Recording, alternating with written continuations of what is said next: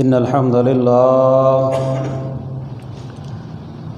لله نحمده ونستعينه ونستغفره ونعوذ بالله من شرور أنفسنا ومن سيئات أعمالنا من يهده الله فلا مضل له ومن يضلل فلا هادي له وأشهد أن لا إله إلا الله وحده لا شريك له وأشهد أن محمدًا عبده ورسوله أما بعد فإن خير الحديث كتاب الله وخير الهدي هدي محمد صلى الله عليه وسلم وشر الأمور محدثاتها وكل محدثة بدعة وكل بدعة ضلالة وكل ضلالة في النار يا أيها الذين آمنوا اتقوا الله حق تقاته ولا تموتن إلا وأنتم مسلمون يا أيها الناس اتقوا ربكم الذي خلقكم من نفس واحدة وخلق منها زوجها وبث منهما رجالا كثيرا ونساء واتقوا الله الذي تساءلون به والأرحام إن الله كان عليكم رقيبا يا أيها الذين آمنوا اتقوا الله وقولوا قولا سديدا يصلح لكم أعمالكم ويغفر لكم ذنوبكم ومن يطع الله ورسوله فقد فاز فوزا عظيما رب اشرح لي صدري ويسر لي أمري واحلل عقدة من لساني يفقهوا قولي واجعل لي وزيرا من أهلي اللهم انفعنا بما علمتنا وعلمنا ما ينفعنا وزدنا علما أعوذ بالله السميع العليم من الشيطان الرجيم من همزه ونفخه ونفسه بسم الله الرحمن الرحيم وسيق الذين اتقوا ربهم إلى الجنة زمرا حتى إذا جاءوها وفتحت أبوابها وقال لهم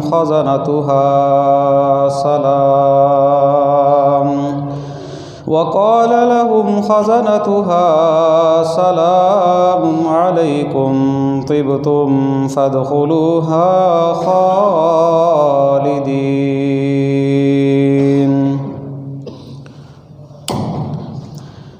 ہر قسم کی حمد و ثنا، بڑائی، کبریائی، یکتائی، بادشاہی، شہنشاہی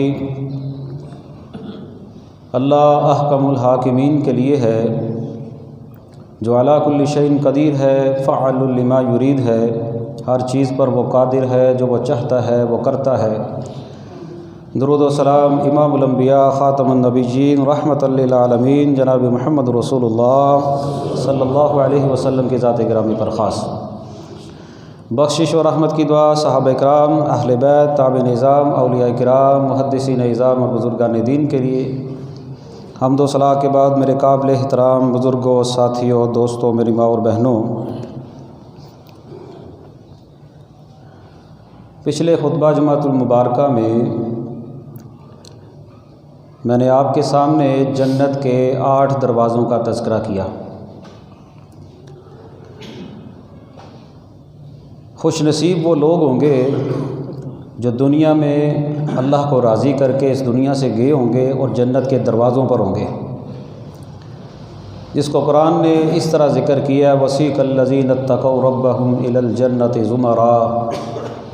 متقی پرہیزگار لوگ، ان کو جنت کے دروازوں کی طرف، جنت کی طرف چلایا جائے گا، حتی اذا جاؤہا، جب وہ جنت کے دروازوں پر پہنچیں گے، وفتحت ابوابہا، اللہ تعالیٰ ان کے لیے دروازے کھول دے گا، دروازے کھلوا دیے جائیں گے، وقال لہم خزنتہا سلام، اور جو دربان وہاں پر دروازوں پر اللہ نے جن فرشتوں کی ڈیوٹی لگائی ہوگی، وہ ان خوش نصیب لوگوں کو سلام کریں گے، وہ کہیں گے سلام علیکم طبتم، تمہارے اوپر سلامتی ہو، تم بڑے ہی خوش نصیب لوگ ہو، جنہوں نے دنیا میں محنت کی، جنہوں نے اللہ کو راضی کر لیا، اور آج اللہ نے تمہارے اوپر انعام یہ کیا کہ تم جنت میں داخل ہونے والے ہو۔ اس پر جنت کے وہ فرشتے، وہ دربان بھی خوشی کا اظہار کرتے ہوئے کہیں گے تمہارے اوپر خوشحالی نازل ہو، ہمیشہ خوش رہو، اور یقیناً اللہ کی ان جنتوں کے اندر جو داخل ہو گیا، انشاءاللہ وہاں پر غم اور پریشانی نہیں رہے گی۔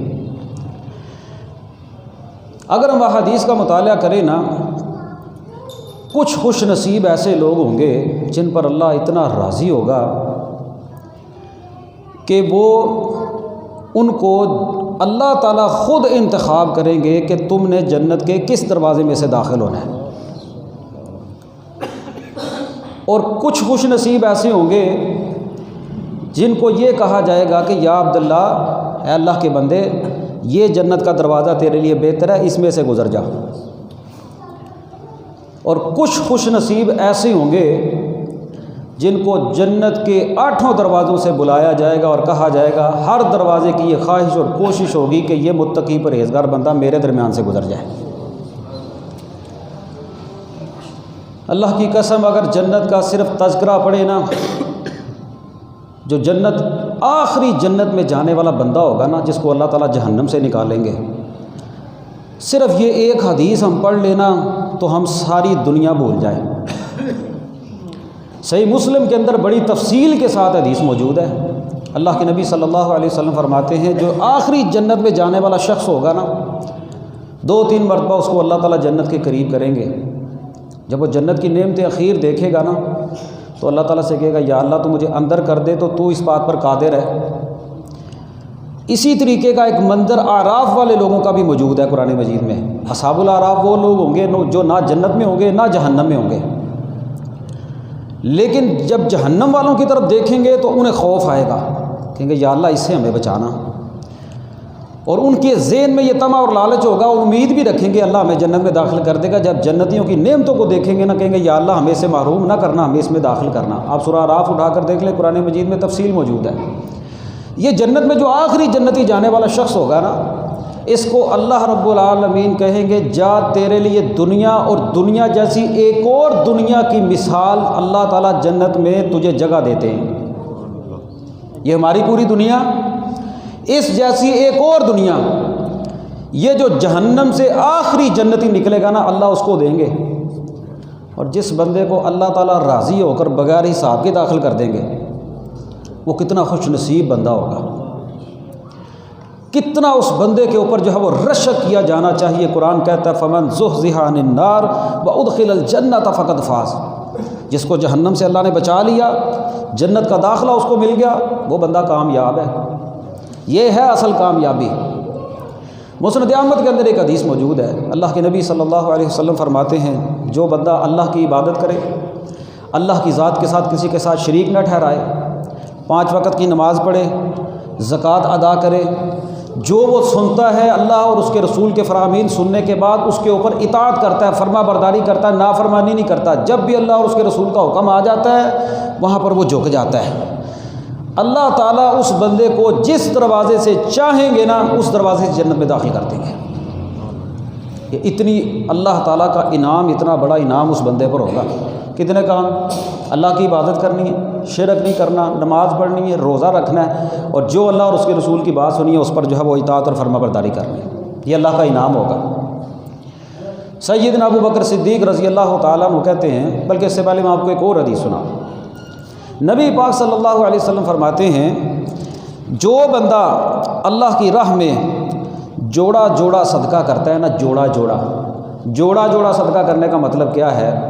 اللہ کی راہ میں دینے لگا 2 جانیں، 2 بکرے دے دیے، 2 گائے دے دی، 2 اونٹ دے دیے، پیسے دینے لگا 2 100 کے نوٹ دے دیے، 2 10 کے نوٹ دے دیے، جوڑا بنا دیا۔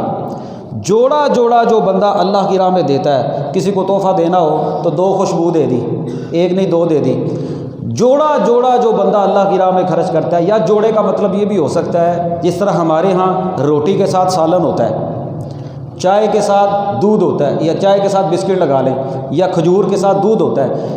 جو جوڑا اللہ کی راہ میں خرچ کرتا ہے، اللہ کے نبی فرماتے ہیں، نودی من ابواب الجنہ یا عبداللہ ھذا خیر، جنت کے دروازوں سے اس بندے کو پکارا جائے گا اور کہا جائے گا یہ جنت کا دروازہ تیرے لیے اللہ کے بندے بہتر ہے، اس میں سے گزر جا۔ جوڑا جب بھی اللہ کی راہ میں دیں، جوڑا خرچ کریں۔ نیکی ہے نا، جستجو ہے نیکی کی۔ ایک بندے نے 20 روپے دینے ہیں، 10 کے 2 کروا لیں۔ اللہ کو یہ ادا اتنی پسند ہے کہ جو بندہ جو بھی چیز اللہ کی راہ میں جوڑا خرچ کرتا ہے نا، اللہ تعالیٰ اس کو جنت کے دروازوں میں سے، جس دروازے میں سے وہ دروازے بول کر کہیں گے مجھ سے گزر جا، یہ تیرے لیے بہتر ہے۔ سوال ذہنوں کے اندر پیدا ہوا، سیدنا ابو بکر صدیق رضی اللہ تعالیٰ عنہ کہنے لگے یا رسول اللہ، ضرورت تو نہیں ہے اس سوال کی، لیکن کیا کوئی شخص ایسا بھی ہوگا جس کو جنت کے 8 دروازوں سے بلایا جائے گا؟ نبی پاک صلی اللہ علیہ وسلم کہنے لگے، ہاں ابو بکر، نعم وارجو ان تکون منہم، میں امید کرتا ہوں ابو بکر آپ انہی لوگوں میں سے ہیں جن کو جنت کے 8 دروازوں سے بلایا جائے گا۔ یہ ہے خلیفہ بلا فصل سیدنا ابو بکر صدیق رضی اللہ تعالیٰ عنہ کی شان۔ آج تو ظالموں نے ابو بکر صدیق رضی اللہ تعالیٰ عنہ کے ایمان کے اوپر بھی گفتگو کی نا۔ نبی پاک فرماتے ہیں، ابو بکر جنت کے 8 دروازوں سے اگر کسی شخص کو بلایا جائے گا نا، میں امید کرتا ہوں ابو بکر آپ ان لوگوں میں سے ہوں گے۔ اور میرا یہ ایمان ہے، جس بندے کا سیدنا ابو بکر صدیق رضی اللہ تعالیٰ عنہ کی شان کے متعلق یہ ایمان ہے نا، یہ مقام ہے، اس کا یہ عقیدہ ہے کہ اللہ کے نبی کی بات سچی ہے، سیدنا ابو بکر کی سیرت پر چلنے والے ہر بندے کو جنت کے 8 دروازوں سے بلایا جائے گا۔ یہ اللہ کی خاص رحمت ہے ان لوگوں کے لیے۔ اور کیوں نہ بلایا جائے؟ سیدنا ابو بکر صدیق رضی اللہ تعالیٰ عنہ کی ساری زندگی نیکیوں کے اندر گزر گئی، نیکی کی جستجو میں گزر گئی۔ حدیث میں آتا ہے، اللہ کے نبی صلی اللہ علیہ وسلم ایک مرتبہ صحابہ کے اندر تشریف فرما تھے، آپ نے صحابہ سے سوال کیا، آپ نیکی کی تلقین کرتے، صحابہ کو سوال کرتے۔ ہمارے سوالوں میں اور اس دور کے سوالوں میں، اس مجلس میں یہ سوال اندازہ لگائیے گا آج کے ہمارے جو سوال ہیں کس کے متعلق ہیں۔ ہم سوال کرتے ہیں دنیا کی سیاسی جو اس طرح کے تبصروں کے متعلق، ہمیں اپنی آخرت کی کوئی فکر نہیں ہوتی، ہمارے سوال ہی بڑے عجیب و غریب ہوتے ہیں۔ ایک سوال، اللہ کے نبی کے پاس ایک بندہ آیا، کیا کہنے لگا، یا رسول اللہ قیامت کب آئے گی؟ آپ نے فرمایا قیامت کے لیے کیا ہے تو نے، تیاری کیا ہے تیری قیامت کے لیے، تو قیامت کا سوال کرتا ہے۔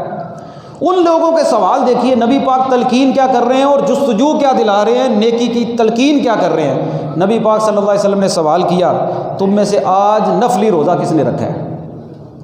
اب صحابہ کی مجلس میں سیدنا ابو بکر صدیق کھڑے ہوتے ہیں، کہتے ہیں یا رسول اللہ صمت الیوم، میں نے آج کے دن نفلی روزہ رکھا ہے۔ نفلی روزے کی فضیلت، سوموار اور جمعرات کا روزہ نفلی روزہ، اللہ کے نبی فرماتے ہیں اعمال اللہ کے ہاں پیش کیے جاتے ہیں، اور میں محمد بھی سوموار اور جمعرات کا روزہ اس لیے رکھتا ہوں، میری یہ خواہش ہے، میرا جی چاہتا ہے جب اللہ کے ہاں میرے اعمال پیش ہو تو میں روزے سے ہوں، میرا روزہ لکھا جائے۔ حضرت ابو بکر کہنے لگے یا رسول اللہ میں نے روزہ رکھا ہے۔ نبی پاک کہنے لگے یہ بتاؤ کہ آج تم میں سے مریض کی عیادت کس نے کی ہے؟ کوئی بیمار ہے اس کا پتہ کس نے لیا ہے؟ اور یہ کوئی عام نیکی کا کام نہیں، چھوٹا نہیں، آج یہ بھی چیز ہم میں سے مفقود ہو گئی۔ حالانکہ مسجد میں آنے کا بعد جماعت نماز پڑھنے کا ایک سسٹم اللہ تعالیٰ نے رکھا تاکہ پتہ چلے بھائی خیریت حال و احوال دنیا داری بندہ دریافت کرتا رہے۔ جو بندہ کسی تیمارداری کرنے کے لیے تشریف لے جاتا ہے، اللہ کے نبی فرماتے ہیں وہ جنتوں میں ہوتا ہے، صبح کے وقت جاتا ہے شام تک، شام کے وقت جاتا ہے صبح تک، 70,000 بندہ اس بندے کے لیے جو ہے وہ دعا کرتا ہے۔ 70,000 بندے کی ڈیوٹی لگاتے ہیں اللہ تعالیٰ اس بندے کے لیے، ان فرشتوں کی 70,000 فرشتوں کی ڈیوٹی لگتی ہے، ایک نہیں، دو نہیں، تین نہیں، 70,000۔ حضرت ابوبکر کہنے لگے یا رسول اللہ یہ کام بھی میں نے کیا، میں نے آج ایک مریض کی عیادت بھی کی ہے، 2 کام ہو گئے۔ آپ نے تیسرا سوال کیا، یہ بتاؤ کہ من اطعم المسکین، آج تم میں سے کس نے کسی مسکین کو کھانا کھلایا ہے؟ مسکین کس کو کہتے ہیں؟ مسکین ہمارے معاشرے میں اس بندے کو سمجھا جاتا ہے جس کی ماں فوت ہو جائے، حالانکہ نہیں، مسکین اس بندے کو کہتے ہیں جس کی جائز ضروریات زیادہ ہوں، اس کی آمدن کم ہو، جائز ضروریات زیادہ ہو، آمدن کم ہو، ہر وہ بندہ مسکین ہے۔ نبی پاک نے سوال کیا مسکین کو کھانا کس نے کھلایا؟ حضرت ابوبکر کہنے لگے یا رسول اللہ کھانا بھی میں نے کھلایا۔ پھر نبی پاک نے ایک اور سوال کیا، یہ بتاؤ کہ آج من تابع جنازتاً، تم میں سے کسی نے اپنے کسی مسلمان بھائی کی نماز جنازہ پڑھی ہے؟ حضرت ابوبکر کہنے لگے یا رسول اللہ نماز جنازہ بھی میں نے پڑھی ہے۔ آج ہم لوگ نماز جنازہ پڑھتے ہیں صرف رشتہ داروں کی، اہل علاقہ، محلے دار، یقین کرے صرف جہاں پر کوئی تعلق ہوتا ہے نا وہاں پر کوئی نماز جنازہ پڑھتا ہے۔ اور نماز جنازہ بھی ہم لوگ کس طرح پڑھتے ہیں، صرف جو ہے وہ جھٹکا ہوتا ہے وہاں پر، اور صرف منہ دکھانے کے لیے ایک دوسرے کو گلے ملنے کے لیے چلے جاتے ہیں، ورنہ نیکی اتنی بڑی نیکی ہے، ایک احد پہاڑ کا ثواب ملتا ہے بندے کو جو بندہ نماز جنازہ پڑھتا ہے، اور اگر قبر میں دفنا کر واپس آتا ہے 2 احد پہاڑ کے برابر بندے کے نامہ اعمال میں نیکیوں میں اضافہ ہوتا ہے۔ کوشش کر کے اپنے ہر موحد مسلمان توحید والے بندے مسلمان بھائی بہن کی نماز جنازہ میں اگر ہو سکے تو ضرور ممکن ہو تو کوشش کیا کریں۔ حضرت ابوبکر کہنے لگے یا رسول اللہ یہ کام بھی میں نے کیا، میں نے جنازہ بھی پڑھا۔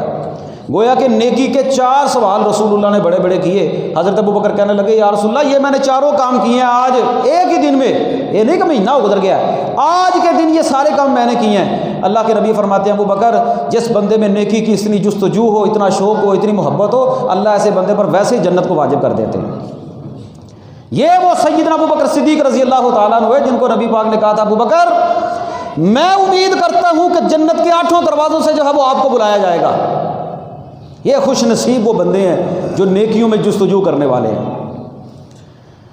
اور جوڑا جوڑا صدقہ کرنے والا بندہ، اللہ کی عبادت کرنے والا بندہ، شرک سے بچنے والا بندہ، نماز پڑھنے والا بندہ، روزہ رکھنے والا بندہ، زکوٰۃ دینے والا بندہ اور اللہ کی اطاعت کرنے والا بندہ، اللہ تعالیٰ جس دروازے سے چاہیں گے اس بندے کو جو ہے وہ داخل کر دیں گے۔ اور کچھ ایسے خوش نصیب ہوں گے جو جوڑا صدقے کرنے والے ہوں گے، وہ جنت کے دروازے ان کو پکار کر کہیں گے اللہ کے بندے مجھ سے داخل ہو جا۔ اور پروٹوکول ایسا ہوگا کہ اللہ کے نبی کے الفاظ ہیں دعیا من باب الصلاۃ، دعیا باب الصدقہ، وہ بندہ جو نیکی کرتا ہوگا، جو نماز پڑھتا ہوگا اس کو نماز والے دروازے سے بلایا جائے گا، جو صدقہ کرنے والا ہوگا اس کو صدقہ کرنے والے دروازے سے بلایا جائے گا، جہاد والے دروازے سے بلایا جائے گا، خود نہیں جائے گا، پورا پروٹوکول تیار کر کے اللہ کی طرف سے بلاوا آئے گا، وہ بندہ جو ہے وہ تیار ہو کر جو ہے وہ اندر جائے گا۔ اور کیسی تیاری ہوگی کہ جنت کے فرشتے وہاں پر کھڑے ہو کر جو ہے وہ سلام کر رہے ہوں گے۔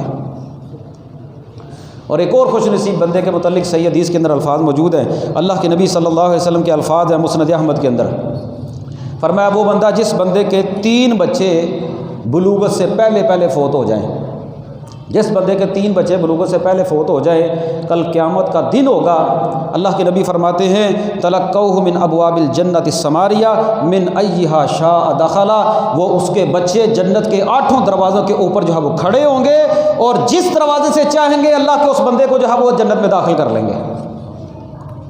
یہ قربانی ہے اس بندے کی جس کو اللہ نے دنیا میں آزمایا، اس نے اس کے اوپر صبر کیا۔ ایک حدیث میں الفاظ موجود ہیں جب اللہ تعالیٰ بندے کی محبوب چیز یعنی کہ کسی بچے کی جان کو نکال لیتے ہیں اور پھر فرشتے سے کہتے ہیں جاؤ دیکھو میرے بندے کی حالت کیسی ہے، میرے بندے کے الفاظ کیا ہیں، فرشتے جا کر اللہ سے کہتے ہیں یا اللہ جب تو نے اپنے بندے کی محبوب چیز کی جان کو نکالا یعنی کہ اس کی اولاد کی روح کو نکالا، اس کی زبان پر لفظ تھا الحمدللہ، اے اللہ تمام تعریفیں تیرے لیے ہیں۔ اللہ کہتے ہیں جنت میں اس میرے بندے کا ایک گھر بناؤ، اس گھر کا نام ہی بیت الحمد رکھ دو، یہ اس بندے کے لیے جنت میں ایک محل بنتا ہے۔ اگر ہم نبی پاک صلی اللہ علیہ وسلم کی سیرت اٹھائے نا، نبی پاک کے 3 بیٹے بلوغت سے پہلے ہی فوت ہو گئے۔ بعض نے لکھا 4، بعض نے لکھا 3، بعض نے لکھا ہے کہ 3 کے 4 نام تھے، طاہر، طیب، عبداللہ، قاسم۔ یہ نبی پاک صلی اللہ علیہ وسلم کے بیٹے تھے، یہ بلوغت سے پہلے ہی فوت ہو گئے۔ لیکن جب فوت ہوئے نا، حضرت ابراہیم نبی پاک صلی اللہ علیہ وسلم کے ہاتھ میں آئے۔ یہ سب سے زیادہ ان کی عمر تھی حضرت ابراہیم کی، یہ ماریہ قبطیہ سے پیدا ہوئے تھے، غالباً 16 ماہ عمر تھی ان کی یا 8 ماہ تھی۔ یہ فوت ہوئے نا، نبی پاک نے جو ہے اپنے بیٹے ابراہیم کو اپنے ہاتھوں میں اٹھایا ہوا ہے، چھوٹا سا بچہ ہے، کس کا جی نہیں چاہتا اس کے ہاں بیٹے پیدا ہوں۔ یہ دیکھ لیجئے امام الانبیاء ہے صلی اللہ علیہ وسلم، آپ صلی اللہ علیہ وسلم کی زندگی ہمارے لیے نمونہ ہے، ہاتھوں میں اٹھایا ہوا ہے، آپ کی آنکھوں سے آنسو بہہ رہے ہیں۔ صحابہ کہتے ہیں یا رسول اللہ آپ بھی، آپ نے فرمایا آنکھوں کا رونا جائز ہے، یہ آنکھوں کا رونا اللہ تعالیٰ نے جو ہے یہ دل کی نرمی، آنکھوں کا رونا جائز ہے، لیکن لا نقول الا ما یرضی ربنا، میں اپنی زبان سے کوئی ایسا کلمہ نہیں نکالوں گا جس سے میرا رب ناراض ہو جائے۔ انا للہ و انا الیہ راجعون۔ حضرت ابو طلحہ انصاری رضی اللہ تعالیٰ عنہ بڑے جلیل القدر صحابی ہیں، اللہ جانتا ہے ان لوگوں کے گھروں کا منظر اگر ہم پڑھے نا تو زمین آسمان کا فرق ہے۔ ہم سوچ میں پڑ جاتے ہیں یار کیسے تقوی والے وہ لوگ تھے۔ یہ کسی سفر میں چلے گئے، پیچھے سے ان کا بیٹا بیمار ہو گیا، جب تک واپس آئے نا اللہ کو منظور تھا، اس بیٹے کی جو ہے وہ جان نکل گئی، وہ بیٹا اللہ کو پیارا ہو گیا۔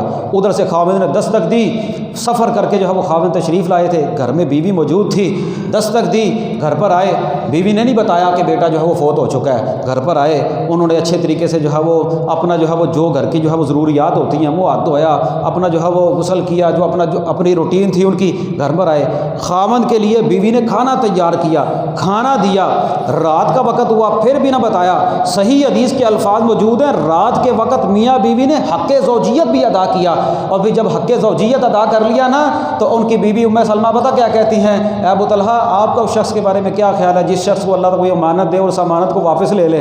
کہنے لگے مجھے تو کوئی اعتراض نہیں، کہنے لگے اللہ نے جو ہمیں بیٹا دیا تھا نا وہ اللہ نے واپس بلا لیا ہے، اللہ نے جو ہمیں بیٹا دیا تھا نا وہ واپس بلا لیا ہے۔ اللہ اکبر، ان خواتین کا حوصلہ اللہ جانتا ہے۔ حدیث کے الفاظ پڑھیے، صرف کھانے پینے کی حد تک نہیں کہ کھانا دے دیا، بلکہ رات کا وقت ہوا میاں بیوی نے حق زوجیت ادا کیا۔ بعد میں بیوی کہنے لگی اللہ نے جو ہمیں امانت دی تھی اگر اللہ واپس لے لے تو، کہنے لگے لے لے تو اللہ کی مرضی ہے، کہنے لگے بیٹا اللہ کے پاس چلا گیا ہے۔ اللہ اکبر، یہ وہ لوگ تھے، ایسے لوگوں کے متعلق اللہ کے نبی فرماتے ہیں جس کے بلوغت سے پہلے 3 بچے فوت ہو جائیں، اس کے اوپر وہ صبر کرے، واویلا نہ کرے، اللہ تعالیٰ ان بچوں کو جنت کے دروازوں پر کھڑا کریں گے، اور جنت کے دروازوں پر کھڑا ہو کر وہ بچے جو ہے وہ اپنے ماں باپ کو جو ہے وہ پکڑ کر جنت کے جس دروازے سے چاہیں گے اس کو جنت میں داخل کر لیں گے۔ اور نبی پاک صلی اللہ علیہ وسلم کی جو بیٹیاں جوان ہوئی، 4 بیٹیاں جوان ہوئی، بیٹے پہلے ہی فوت ہو گئے، 3 بیٹیاں نبی پاک صلی اللہ علیہ وسلم کی زندگی میں ہی فوت ہو گئی۔ سیدنا زینب بھی زندگی میں فوت ہوئی، سیدنا رقیہ بھی زندگی میں فوت ہوئی، سیدنا ام کلثوم بھی زندگی میں فوت ہوئی۔ ایک بیٹی نبی پاک کی سیدنا فاطمہ تھی جو نبی پاک کی وفات کے 6 ماہ بعد فوت ہوئی، لیکن نبی پاک صلی اللہ علیہ وسلم نے کبھی جو ہے وہ زبان پر ایسے کلمے نہیں لے کر آئے۔ ایسے لوگ جن کے بچے بلوغت سے، کیونکہ دین ہمیں جو تلقین کرتا ہے وہ یہ ہے انا للہ و انا الیہ راجعون، ہم اللہ کی طرف ہیں اور اللہ کی طرف ہی لوٹنے والے ہیں۔ اتنا پختہ عقیدہ ایمان ہونا چاہیے کہ ہم میں سے ہر ایک بندے کو تیار رہنا چاہیے، ہر ایک بندے کو تیار رہنا چاہیے، اور یہ سوچنا چاہیے جس جنت کا سوال ہم اپنے اللہ سے کرتے رہتے ہیں نا کہ اللہ ہمیں جنت دے، وہ مرنے کے بغیر نہیں ملنی۔ جو جنت ہے وہ مرنے کے بغیر نہیں ملنی، وہ مریں گے تو جنت کے دروازوں پر جائیں گے انشاءاللہ۔ اور آخری حدیث سناؤں آپ کو، نبی پاک صلی اللہ علیہ وسلم جو ہے وہ فرماتے ہیں جو عورت 4 کام کرے نا، 4 کام کیا؟ صلت خمسہا، 5 نمازیں پڑھے، صامت شہرہا، سال کے بعد رمضان کے روزے رکھے، حافظت فرجہا، اپنی عزت کی شرمگاہ کی حفاظت کرے، و اطاعت زوجہا، اپنے خاوند کی اطاعت کرے۔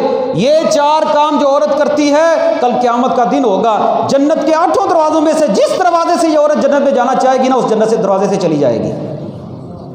اللہ کی قسم، اتنی آسان جنت، اتنی آسان جنت۔ وَأَطَاعَتْ زَوْجَهَا، 5 نمازیں پڑھے، بھائی جیسے تیسے حالات ہوں، اگر عورت فرض نماز پڑھتی رہے نا 5 نماز، میری بہنوں سے میری یہ گزارش ہے اپنے گھروں میں 5 وقت کی نماز نہ چھوڑیں، اپنے بچوں کو بھی پڑھائیں، تلقین کریں۔ بلکہ میں سمجھتا ہوں جنت اتنی آسان جنت کہ 5 وقت کی نماز، 1 سال کے بعد کے روزے رمضان کے، اور پھر اس کے بعد اپنی عزت کی حفاظت کرنا۔ پاک دامنہ عورت ہو، جہاں پر خاوند ناپسند کرتا ہے وہاں پر اس شخص کو اپنے گھر میں نہ داخل ہونے دے، نہ وہاں پر جائے، نہ کسی کو داخل ہونے دے، اپنی عزت کی حفاظت کرے، شکوک و شبہات سے پاک زندگی گزارے، اپنے خاوند کی اطاعت کرے۔ چوتھا کام اطاعت اور فرما برداری میں زندگی گزار دے۔ کیسی اطاعت اور فرما برداری؟ اللہ کے نبی فرماتے ہیں تیرا خاوند ہی تیری جنت ہے، تیرا خاوند ہی تیری جہنم ہے۔ تو خود دیکھ تو کہاں پر کھڑی ہے، تو خود دیکھ تو کہاں پر کھڑی ہے، تیرا خاوند تجھ سے راضی ہے کہ نہیں راضی؟ اللہ کے نبی نے فرمایا تھا اے عورتوں کی جماعت کثرت کے ساتھ صدقہ کیا کرو، میں نے جہنم میں اکثریت تمہاری دیکھی ہے۔ کیوں؟ یکفرن العشیر، تم اپنے خاوندوں کی نافرمان ہو، تم اپنے خاوندوں کی نافرمان ہو۔ جو عورت اپنے خاوند کی نافرمان ہے وہ اپنا مقام دیکھ لے، اور جو عورت فیشن پرست ہے، بے پردہ ہے، اپنی عزت کی حفاظت نہیں کرتی، اپنے خاوند کی عزت کی حفاظت نہیں کرتی، نہ اپنے خاوند کی اطاعت اور فرما برداری کرتی ہے، وہ عورت اور ایک وہ عورت جو با پردہ ہے، اپنی عزت کی حفاظت کرتی ہے، نماز بھی پڑھتی ہے، روزہ بھی رکھتی ہے، اور اس سے خاوند کی اطاعت اور فرما برداری بھی کرتی ہے، ایسی عورت کے جوتے کا مقابلہ بھی وہ عورت نہیں کر سکتی جو بے پردہ اور اپنے خاوند کی نافرمان ہے۔ بلکہ اللہ کے نبی فرماتے ہیں اگر سجدہ جائز ہوتا نا تو میں عورت کو حکم دیتا اپنے خاوند کو سجدہ کرے۔ کوئی چھوٹا کام نہیں، سجدہ صرف اللہ کے لیے ہے۔ اور صحیح جامع کے اندر ایک بڑی زبردست حدیث موجود ہے۔ اللہ کے نبی فرماتے ہیں 3 بندے ایسے ہیں جن کی دعا اللہ قبول نہیں کرتا۔ 3 بندے ایسے بد نصیب ایسے بندے ہیں جن کی دعا اللہ قبول نہیں کرتا۔ ان میں سے ایک وہ بندہ ہے جو اپنا مال کسی بیوقوف کو دے دے، اس کا دماغ خراب ہے اور اس کو اپنا مال دے دے، وہ اس کو ضائع کر دے، پھاڑ دے، ضائع کر دے، بعد میں اللہ سے دعا کرتا رہے یا اللہ مجھے وہ مال مل جائے، مجھے وہ مال مل جائے۔ اللہ کے نبی فرماتے ہیں اللہ اس بندے کی دعا ہی قبول نہیں کرتا۔ پہلے تو نے پرواہ نہیں کی، اللہ نے تجھے دماغ دیا تھا، عقل دی تھی، اس کا تو نے استعمال کیوں نہیں کیا؟ دوسرا وہ بندہ جو کسی کی امانت کا ضامن ہے، اس کے پاس پیسے ہیں یا کسی کے ساتھ معاملہ طے کرتا ہے، اس کے اندر جو ہے وہ لکھ پڑھ نہیں کرتا، جو معاہدہ ہوتا ہے اس کے اوپر جو ہے وہ لکھنا نہیں، جو اللہ نے حکم دیا ہے اپنے لین دین کے معاملات کو لکھ لیا کرو، لکھا نہیں، ایسے ہی اندھا اعتماد کر لیا، وہ مال ہو گیا ضائع۔ بعد میں اللہ سے دعا کرتا ہے یا اللہ مجھے میرا وہ مال مل جائے، اللہ کے نبی فرماتے ہیں اللہ اس بندے کی دعا ہی قبول نہیں کرتا۔ تیسرا وہ بد نصیب بندہ ہے جس کی بیوی بد اخلاق ہے۔ ان الفاظ کو میری مائیں بہنیں بھی نوٹ کر لیں۔ وہ خواتین جو اپنے گھروں میں اپنے خاوندوں کی اطاعت اور فرما برداری نہیں کرتی، ان کو جوتے کی نوک پر رکھتی ہیں، بلکہ میں کئی ایسی خواتین کو جانتا ہوں جو اپنے خاوندوں کو گالیاں نکالتی ہیں، اپنے خاوندوں کو گالیاں دیتی ہیں، ٹکے جتنی عزت نہیں ان کے گھروں میں اپنے خاوند کی، ان کی نظروں میں وہ گھر کی حکمران بنی بیٹھی ہیں۔ لڑائی جھگڑا ہو جانا اور بات ہے، لیکن خاوند کی نافرمانی کرنا، اطاعت اور فرما برداری دل سے ہی نکال دینا، گالیاں دینے پر آ جانا، اور جہاں پر اس عورت کو تو جہنم ملنی ہے۔ اللہ کے نبی فرماتے ہیں جس بندے کی عورت ایسی بد اخلاق ہے وہ اس کو برداشت کرتا ہے، 1 بار نہیں، 2 بار نہیں، 3 بار نہیں، اس کو اپنے گھر میں ہی رکھتا ہے، اس کو چھوڑتا نہیں۔ ایسے بندے کی اللہ دعا ہی قبول نہیں کرتا۔